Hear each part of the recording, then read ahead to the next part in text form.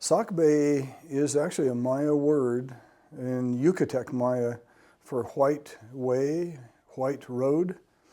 And in Yucatan, they build them with limestone sides and then a what's called a Sacbe filler. It's white earth derived from limestone, weathered limestone. And so it is a white road. And some are really long. Longest is 62 kilometers. Some are really short, just 20, 30 meters in length. Some are really wide, connecting pyramid groups in big cities. But they've only, up until our discovery, they've only been known from Yucatan area, built with stone lining, stone sides, and those are what can preserve under normal conditions.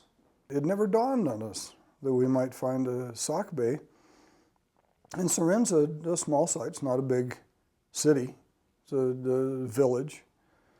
So we were pretty surprised when in a 3 meter by 3 meter test pit, hit the Sacbe right on, and it's 2.15 meters wide. The Sacbe is making a gentle turn in the 3 places where we've confirmed it. If that curve continues, it will lead right to the community ceremonial building.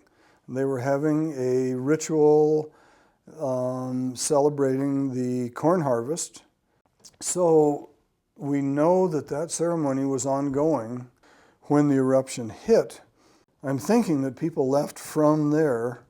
We've always thought people ran south because the danger is north. Well, our discovery just this summer is the Sacbe runs south. And so in an emergency, people are going to be evacuating, running as fast as they can.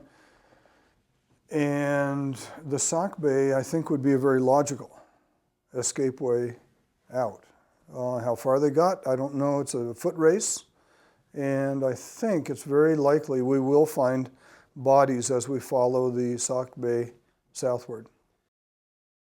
So the similarities between Ceren and Pompeii are both were functioning communities that were buried all of a sudden by deep volcanic ash, in both cases about 5 meters of volcanic ash, and therefore they were isolated from human activities by that deposit. And so when then people, at Ceren or other archaeologists at Pompeii started to excavate down through that volcanic ash, then they found a time capsule preserved by that volcanic ash. The tephra, the volcanic ash that came down on Pompeii, was dry and about pea-sized, and so the size of the particles is proportional to what can be preserved.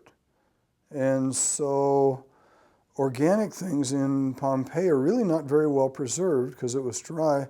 At Ceren, we've got a moist volcanic ash, really fine-grained, and so we actually have the plants preserved and the thatch. We've got a lot of organic things preserved at a very, very fine detail. And volcanologists have come over from Italy that have worked in Pompeii, and they said, boy, we wish we had preservation of plants, of crops, of organic materials as good as you have at Ceren.